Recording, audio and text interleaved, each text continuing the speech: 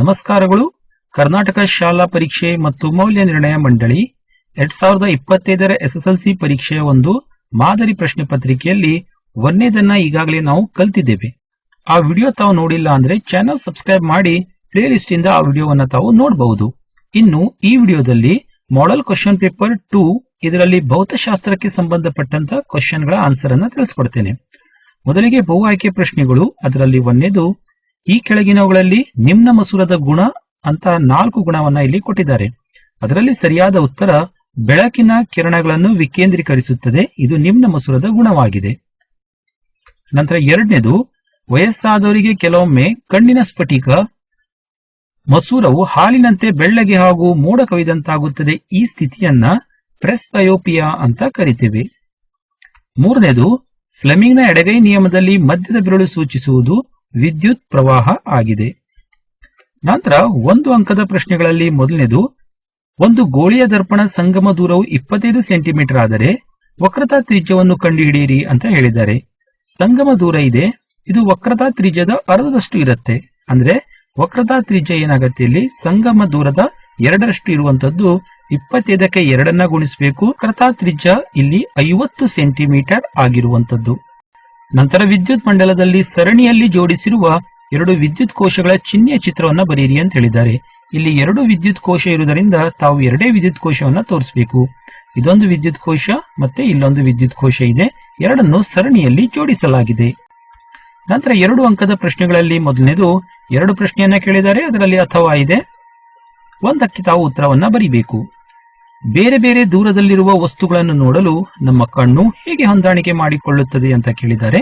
ಇದಕ್ಕೆ ಉತ್ತರ, ಸಿಲಿಯರಿ ಸ್ನಾಯುಗಳು ಹಿಗ್ಗಿದಾಗ ಮಸೂರದ ವಕ್ರತೆ ಕಡಿಮೆಯಾಗುತ್ತದೆ ಮತ್ತು ತೆಳ್ಳಗಾಗುತ್ತದೆ. ಆಗ ಮಸೂರದ ಸಂಗಮ ದೂರವು ಹೆಚ್ಚಾಗುತ್ತದೆ ಮತ್ತು ದೂರದ ವಸ್ತುಗಳು ಸ್ಪಷ್ಟವಾಗಿ ಗೋಚರಿಸುತ್ತದೆ. ಇಷ್ಟು ಬರೆದಾಗ ತಾವು 1 ಅಂಕವನ್ನ ಪಡ್ಕೊಳ್ತೀರಿ. ನೆಕ್ಸ್ಟ್, ಸಿಲಿಯರಿ ಸ್ನಾಯುಗಳು ಕುಗ್ಗಿದಾಗ ಮಸೂರದ ವಕ್ರತೆ ಹೆಚ್ಚಾಗುತ್ತದೆ ಮತ್ತು ದಪ್ಪವಾಗುತ್ತದೆ. ಆಗ ಮಸೂರದ ಸಂಗಮ ದೂರವು ಕಡಿಮೆಯಾಗುತ್ತದೆ ಮತ್ತು ಹತ್ತಿರದ ವಸ್ತುಗಳು ಸ್ಪಷ್ಟವಾಗಿ ಗೋಚರಿಸುತ್ತದೆ ಅಂತ ಬರೀಬೇಕು. ಇದಕ್ಕೆ 1 ಅಂಕ ಇರುವಂತದ್ದು. ನಂತರ ಅಥವಾ ಪ್ರಶ್ನೆಯಲ್ಲಿ ನಕ್ಷತ್ರಗಳು ಮಿನುಗಿದಂತೆ ಕಾಣಿಸುತ್ತದೆ ಏಕೆ ಅಂತ ಕೇಳಿದ್ದಾರೆ. ಇದು 2 ಅಂಕಕ್ಕೆ ಇರುವುದರಿಂದ ತಾವು ಇಲ್ಲಿ ವಿವರವಾಗಿ ಆ ಒಂದು ಆನ್ಸರ್ ಅನ್ನ ಬರೀಬೇಕಾಗತ್ತೆ. ನಕ್ಷತ್ರಗಳ ಮಿನುಗುವಿಕೆಯು ವಾಯುಮಂಡಲದಲ್ಲಿ ನಕ್ಷತ್ರಗಳ ಬೆಳಕಿನ ವಕ್ರೀಭವನದಿಂದುಂಟಾಗಿದೆ. ನಕ್ಷತ್ರಗಳ ಬೆಳಕು ಭೂಮಿಯ ವಾಯುಮಂಡಲವನ್ನು ಪ್ರವೇಶಿಸಿ ಭೂಮಿಯನ್ನು ತಲುಪುವ ಮುನ್ನ ಸತತವಾಗಿ ವಕ್ರೀಭವನ ಹೊಂದುತ್ತದೆ. ಭೂಮಿಯ ವಾಯುಮಂಡಲದ ಭೌತಿಕ ಪರಿಸ್ಥಿತಿಗಳು ಸ್ಥಿರವಾಗಿಲ್ಲದ ಕಾರಣ ನಕ್ಷತ್ರಗಳು ತುಂಬಾ ದೂರದಲ್ಲಿರುವುದರಿಂದ ಅವು ಅಂದಾಜು ಬಿಂದು ಗಾತ್ರದ ಬೆಳಕಿನ ಮೂಲಗಳಂತೆ ಕಾಣುತ್ತವೆ ಮತ್ತು ಕಣ್ಣನ್ನು ಪ್ರವೇಶಿಸುವ ನಕ್ಷತ್ರಗಳ ಬೆಳಕು ಮಿನುಗುತ್ತವೆ. ಸೊ ಇಷ್ಟು ವಿವರವಾಗಿ ತಾವು ಬರೀಬೇಕು, ಯಾಕಂದ್ರೆ ಇದು 2 ಅಂಕಕ್ಕೆ ಕೇಳಲಾಗಿದೆ. ನಂತರ 7ನೇ ಒಂದು ಪ್ರಶ್ನೆ, ಸೋಲೆನಾಯ್ಡ್ ಎಂದರೇನು, ಇದನ್ನು ಒಂದು ವಿದ್ಯುತ್ ಕಾಂತವಾಗಿ ಹೇಗೆ ಪರಿವರ್ತಿಸಬಹುದು ಅಂತ ಕೇಳಿದ್ದಾರೆ.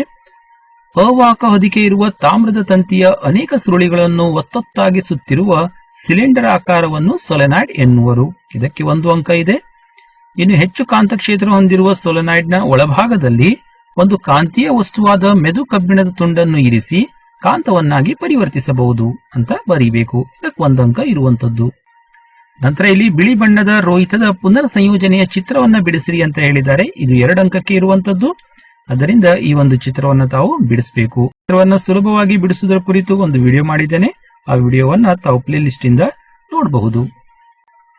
ನೆಕ್ಸ್ಟ್ 9ನೇ ಪ್ರಶ್ನೆ, ಓಮ್ನ ನಿಯಮವನ್ನು ನಿರೂಪಿಸಿ. ಒಂದು ವಿದ್ಯುತ್ ಮಂಡಲದಲ್ಲಿ ಅಮೀಟರ್ ಮತ್ತು ವೋಲ್ಟ್ ಮೀಟರ್ ಹೇಗೆ ಸಂಪರ್ಕಿಸಿರುತ್ತಾರೆ, ಈ ಉಪಕರಣಗಳನ್ನು ವಿದ್ಯುತ್ ಮಂಡಲದಲ್ಲಿ ಏಕೆ ಜೋಡಿಸಬೇಕು ಅಂತ ಕೇಳಿದ್ದಾರೆ. ನಂತರ ಇದರಲ್ಲೇ ಅಥವಾ ಅಂತ ಜೌಲ್ನ ಉಷ್ಣೋತ್ಪಾದನಾ ನಿಯಮವನ್ನು ನಿರೂಪಿಸಿ, ಮಂಡಲದಲ್ಲಿ ಫ್ಯೂಸ್ ಅನ್ನು ಹೇಗೆ ಜೋಡಿಸಬೇಕು, ಮಂಡಲದಲ್ಲಿ ಫ್ಯೂಸ್ ಹೇಗೆ ಕಾರ್ಯನಿರ್ವಹಿಸುತ್ತದೆ ಅಂತ ಕೇಳಿದ್ದಾರೆ. 2ರಲ್ಲಿ ಒಂದಕ್ಕೆ ಉತ್ತರವನ್ನ ಬರೀಬೇಕಾಗತ್ತೆ. ಇದು 3 ಅಂಕದ ಪ್ರಶ್ನೆಯಾಗಿದೆ. ಮೊದಲನೇದಾಗಿ ಓಮ್ನ ನಿಯಮ. ಸ್ಥಿರವಾದ ತಾಪದಲ್ಲಿ ವಿದ್ಯುತ್ ಮಂಡಲದಲ್ಲಿನ ಲೋಹದ ತಂತಿಯ ನಡುವಿನ ವಿಭವಾಂತರ ವಿಯು ಅದರ ಮೂಲಕ ಹರಿಯುವ ವಿದ್ಯುತ್ ಪ್ರವಾಹಕ್ಕೆ ನೇರ ಅನುಪಾತದಲ್ಲಿರುತ್ತದೆ. ಈ ನಿಯಮ ಬರೆದಾಗ ತಾವು 1 ಅಂಕವನ್ನ ಪಡ್ಕೊಳ್ತೀರಿ. ನಂತರ ಅಮೀಟರ್ ಅನ್ನು ಸರಣಿ ಕ್ರಮದಲ್ಲಿ ಜೋಡಿಸಬೇಕು, ವೋಲ್ಟ್ ಮೀಟರ್ ಅನ್ನು ಸಮಾಂತರವಾಗಿ ಜೋಡಿಸಬೇಕು ಅಂತ ಬರೀಬೇಕು. ಇಲ್ಲಿ ತಾವು ಅರ್ಧ ಅಂಕ, ಒಟ್ಟಾರೆ 1 ಅಂಕವನ್ನ ಪಡ್ಕೊಳ್ತೀರಿ. ನಂತರ ಅಮೀಟರ್ ಅನ್ನು ವಿದ್ಯುತ್ ಪ್ರವಾಹ ಅಳತೆ ಮಾಡಲು ಬಳಸುತ್ತಾರೆ. ವೋಲ್ಟ್ ಮೀಟರ್ನು ವಿದ್ಯುತ್ ವಿಭವಾಂತರವನ್ನು ಅಳತೆ ಮಾಡಲು ಬಳಸುತ್ತಾರೆ ಅಂತ ಬರೀಬೇಕು. ಇದಕ್ಕೆ ತಾವು ಮತ್ತೆ ಅರ್ಧ ಅಂಕ, ಒಟ್ಟಾರೆ ಇಲ್ಲಿ 3 ಅಂಕವನ್ನು ತಾವು ಪಡ್ಕೊಳ್ತೀರಿ. ಇನ್ನು ಅಥವಾ ಪ್ರಶ್ನೆಗೆ ಉತ್ತರ ಅಂದ್ರೆ ಮೊದಲು ಜೌಲ್ನ ಉಷ್ಣೋತ್ಪಾದನಾ ನಿಯಮ. ರೋಧಕದಲ್ಲಿ ಉತ್ಪತ್ತಿಯಾದ ಉಷ್ಣವು ಕೊಟ್ಟಿರುವ ರೋಧದಲ್ಲಿ ಪ್ರವಹಿಸುತ್ತಿರುವ ವಿದ್ಯುತ್ ಪ್ರವಾಹದ ವರ್ಗಕ್ಕೆ ನೇರಾನುಪಾತದಲ್ಲಿರುತ್ತದೆ. ಕೊಟ್ಟಿರುವ ವಿದ್ಯುತ್ ಪ್ರವಾಹಕ್ಕೆ ರೋಧವು ನೇರಾನುಪಾತದಲ್ಲಿರುತ್ತದೆ. ರೋಧಕಗಳ ಮೂಲಕ ಹರಿಯುವ ವಿದ್ಯುತ್ ಪ್ರವಾಹದ ಕಾಲಕ್ಕೆ ನೇರಾನುಪಾತದಲ್ಲಿ ಇರುತ್ತದೆ ಅಂತ ಈ 3 ಅಂಶ ಬರೆದಾಗ ತಾವು 1.5 ಅಂಕವನ್ನ ಇಲ್ಲಿ ಪಡ್ಕೊಳ್ತೀರಿ. ಕೇವಲ ಸೂತ್ರ ಬರೆದಾಗ ಅರ್ಧ ಅಂಕವನ್ನ ತಾವಲ್ಲಿ ಪಡ್ಕೊಳ್ತೀರಿ. ಇನ್ನು ಇದರಲ್ಲೇ ಇನ್ನೊಂದು ಪ್ರಶ್ನೆ ಕೇಳಿದ್ದಾರೆ, ಫ್ಯೂಸ್ ಅನ್ನು ಹೇಗೆ ಜೋಡಿಸಬೇಕು ಅಂತ ಕೇಳಿದ್ದಾರೆ.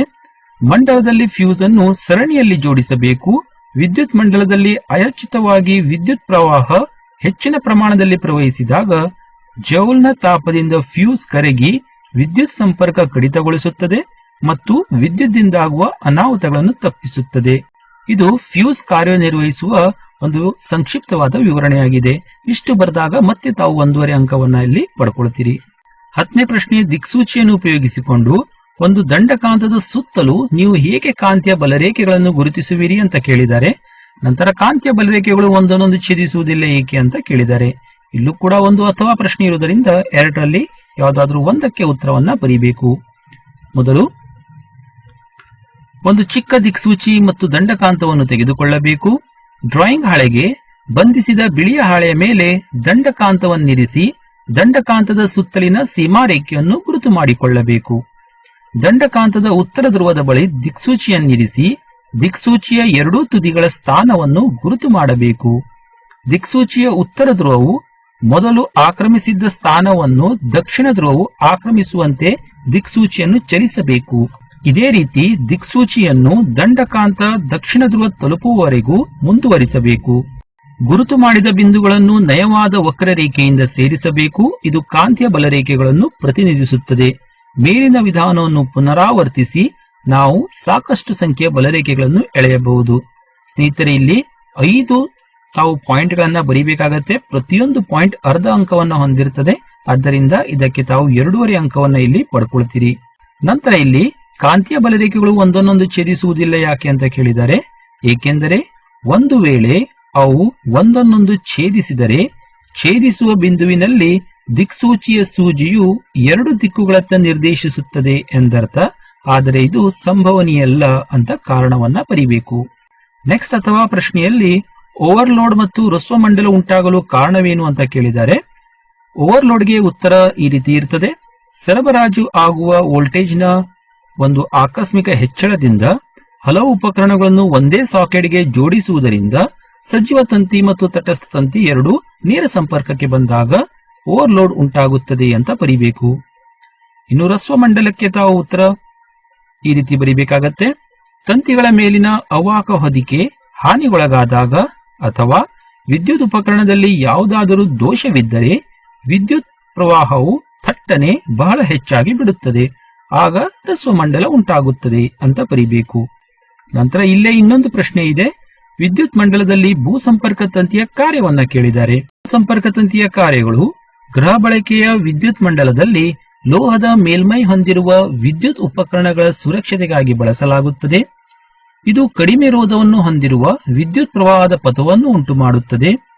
ಉಪಕರಣದಲ್ಲಿ ಯಾವುದೇ ರೀತಿಯ ವಿದ್ಯುತ್ ಸೋರಿಕೆ ಉಂಟಾದಲ್ಲಿ ಅದರ ವಿಭವಾಂತರವನ್ನು ಭೂಮಿಯ ವಿಭವಾಂತರಕ್ಕೆ ಸಮವಾಗಿಸುತ್ತದೆ ಮತ್ತು ಬಳಕೆದಾರರಿಗೆ ತೀವ್ರ ವಿದ್ಯುತ್ ಆಘಾತವಾಗುವುದಿಲ್ಲ. ಈ 3ರಲ್ಲಿ ಯಾವುದೇ ಒಂದು ಕಾರ್ಯವನ್ನು ತಾವು ಬರೀಬೇಕು. ಅದು 1 ಅಂಕಕ್ಕೆ ಕೇಳಲಾಗ್ತದೆ. ನೆಕ್ಸ್ಟ್ ಇಲ್ಲೊಂದು ಲೆಕ್ಕ ಇದೆ.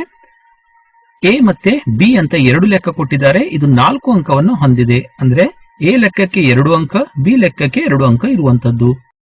ಉದ್ದ ಎಲ್ ಮತ್ತು ಅಡ್ಡ ಕೊಯ್ತದ ವಿಸ್ತೀರ್ಣ ಎ ಯನ್ನು ಹೊಂದಿರುವ ವಾಹಕ ತಂತಿಯ ರೋಧವು 4 ಓಮ್ ಆಗಿದೆ. ಅದೇ ರೀತಿಯ ಇನ್ನೊಂದು ವಾಹಕ ತಂತಿಯ ಉದ್ದ L/2 ಮತ್ತು ಅದರ ಅಡ್ಡ ಕೊಯ್ತದ ವಿಸ್ತೀರ್ಣ 2a ಆದಾಗ ಅದರ ರೋಧವನ್ನು ಕಂಡುಹಿಡಿಯಿರಿ ಅಂತ ಕೊಟ್ಟಿದ್ದಾರೆ. ಸ್ನೇಹಿತರೆ, ಮೊದಲಿಗೆ ಇಲ್ಲಿ 1ನೇ ವಾಹಕ ತಂತಿಯ ರೋಧವನ್ನ ಬರ್ಕೊಳ್ಳೋಣ. R1 ಎಷ್ಟು ಕೊಟ್ಟಿದ್ದಾರೆ? ಇಲ್ಲಿ 4 ಓಮ್ ಅಂತ ಕೊಟ್ಟಿದ್ದಾರೆ. ಸೊ 4 ಓಮ್ ಅಂತ ಬರ್ಕೊಳ್ಬೇಕು. ನಂತರ ಅದರ ಸೂತ್ರವನ್ನು ಕೂಡ ತಾವಿಲ್ಲಿ ಬರೆಯುವಂತದ್ದು. ಸೂತ್ರ rho into L by A ಅನ್ನುವಂಥದ್ದು. So R1 is equal to rho L by A is equal to 4 ohm ಆಗತ್ತೆ. ಇದು ಫಸ್ಟ್ ಸ್ಟೆಪ್. ನಂತರ ಎರಡನೇ ವಾಹಕ ತಂತಿಯ ಒಂದು ರೋಧ ಕಂಡುಹಿಡಿಯೋದ್ರಲ್ಲಿ R2 ಅಂತ ತಾವು ತಗೊಳ್ಬೇಕು. ಇದಕ್ಕೂ ಕೂಡ ಇದೇ ಸೂತ್ರ ಇರುತ್ತೆ. ಈ ಸೂತ್ರದಲ್ಲಿ ಬೆಲೆಯನ್ನ ಹಾಕುವಂತದ್ದು. ಸೊ ರೋ ನ ಜಾಗದಲ್ಲಿ ನಾವು ರೋ ಅಂತ ಬರ್ಕೊಂಡಿದ್ದೇವೆ. ನಂತರ ಎಲ್ ಎಷ್ಟು ಕೊಟ್ಟಿದ್ದಾರೆ, ಉದ್ದ ಎಷ್ಟು ಕೊಟ್ಟಿದ್ದಾರೆ ಅಂದ್ರೆ L/2 ಅಂತ ಕೊಟ್ಟಿದ್ದಾರೆ. ಸೊ ಉದ್ದವನ್ನ ನಾವಿಲ್ಲಿ L/2 ಅಂತ ಬರ್ಕೊಳ್ಬೇಕು. ನಂತರ ವಿಸ್ತೀರ್ಣ 2a ಇದೆ, ಆದ್ರಿಂದ a ನ ಜಾಗದಲ್ಲಿ ನಾವಿಲ್ಲಿ 2a ಅಂತ ಬರ್ಕೊಳ್ಬೇಕು. ಈಗ L/2 ಡಿವೈಡೆಡ್ ಬೈ 2 ಏನಿದೆ ಅಲ್ಲ, ಇದು ಗುಣಾಕಾರ ಮಾಡಿದಾಗ 1/4 ಆಗತ್ತೆ. ಮೊದಲಿಗೆ 1/4 ಅಂತ ಬರ್ಕೊಳ್ಳೋದು. ನಂತರ ಇಂಟು ರೋ. ಸೊ ಇಲ್ಲಿ ರೋ ಅಂತ ಬರೆಯಲಾಗಿದೆ. ನಂತರ ಉಳಿದಿರುವಂತದ್ದು ಎಲ್ ಮತ್ತೆ ಎ ಉಳಿತದೆ, ಆದ್ದರಿಂದ ಇಲ್ಲಿ L/A ಅಂತ ಬರ್ಕೊಳ್ಬೇಕು. ಸ್ನೇಹಿತರಿಗೆ ತಾವು ನೋಡಬಹುದು, R1 ದಲ್ಲಿ ನಾವು ಏನ್ ಮಾಡಿದ್ದೇವೆ, R1 is equal to rho into L/A ಅಂತ ಇಲ್ಲಿ ಉತ್ತರ ಇದೆ. ಆದ್ದರಿಂದ ರೋ ಇಂಟು L/A ಅನ್ನುವಂಥದ್ದು 4 ಓಮ್ ಆಗಿದೆ. ಆದ್ದರಿಂದ ಈ ಒಂದು ಜಾಗದಲ್ಲಿ ನಾವು ಏನಂತ ಬರೀಬಹುದು, ಈಗ 4 ಅಂತ ಬರೀಬಹುದು. ಸೊ 4 ಅಂತ ಬರ್ಕೊಂಡಿದ್ದೇವೆ. ನಂತರ ಇಂಟು 1/4 ಇದೆ. So into 1/4. ನಂತರ ಇದೆರಡನ್ನು ನಾವು ಇಲ್ಲಿ ಕ್ಯಾನ್ಸಲ್ ಮಾಡಬಹುದು. ಕ್ಯಾನ್ಸಲ್ ಮಾಡಿದಾಗ ಉಳಿಯುವಂತದ್ದು 1.